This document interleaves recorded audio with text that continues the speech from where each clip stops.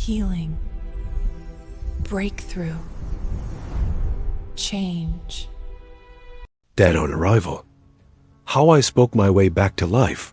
A hospital delivery room fills with tension as medical equipment beeps urgently and healthcare professionals work with focused intensity.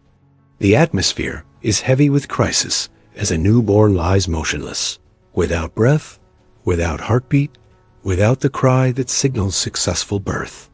This is where my story begins, not with celebration, but with a declaration of death. I was born dead on arrival. No heartbeat, no breath, no signs of life. The medical team declared what their instruments confirmed. This baby didn't make it. But in that sterile room filled with medical certainty, something more powerful than medical science was about to intervene.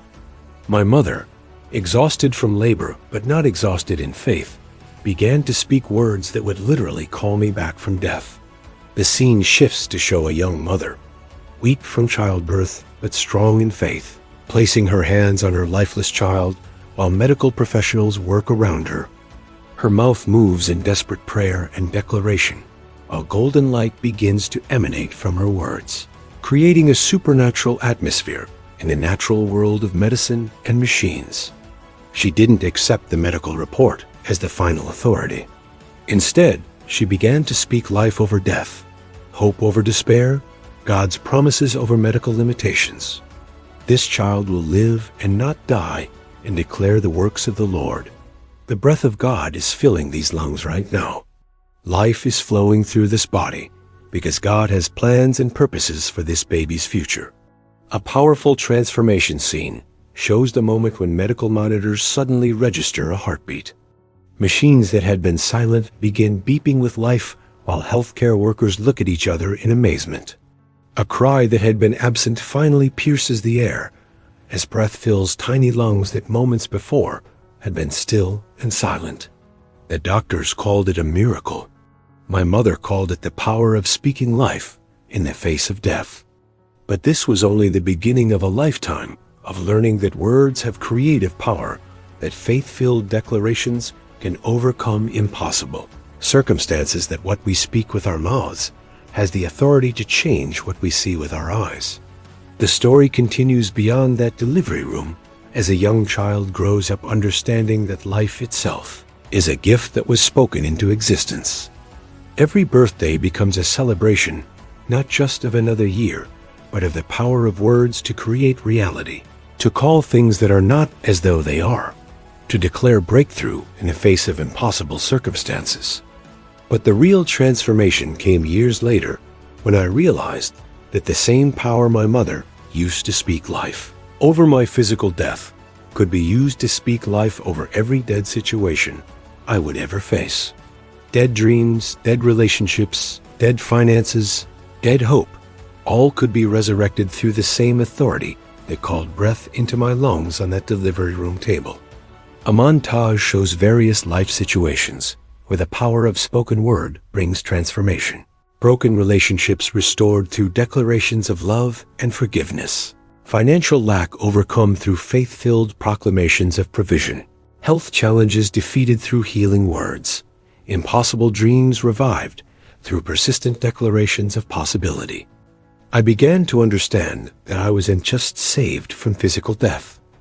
I was called to teach others how to speak life in every situation where death tries to have the final word.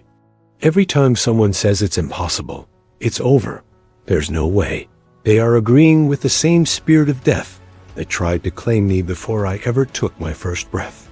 The scene shows a mature adult now teaching others the principles learned from that delivery room experience. Audiences of people learn to replace death-speaking words with life-giving declarations. Testimonies pour in of breakthrough that comes when people stop accepting defeat and start declaring victory over impossible circumstances. This is why I teach the power of speaking life daily. This is why I believe so passionately that your words create your reality. This is why I know with absolute certainty that when you align your mouth with heaven's heart, even death itself has to respond to the authority in your voice. A powerful final scene shows the same delivery room from the beginning. But now it's filled with celebration instead of crisis, joy instead of sorrow, life instead of death. The newborn who was once silent now cries with strength and vitality, surrounded by the golden light of spoken blessing and the creative power of faith-filled words. Today, decades later, I stand as living proof that death is not the final authority in any situation.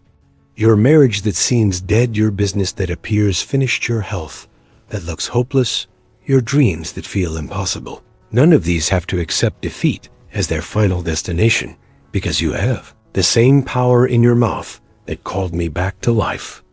What situation in your life needs the power of life-speaking words right now? Where have you been agreeing with death, defeat, and impossibility instead of declaring resurrection, victory, and breakthrough?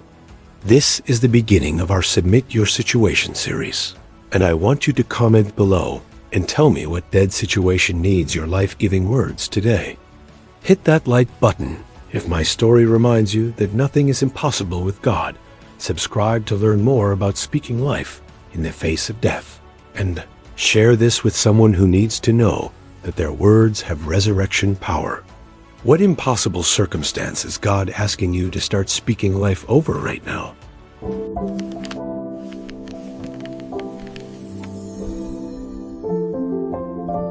Delivered.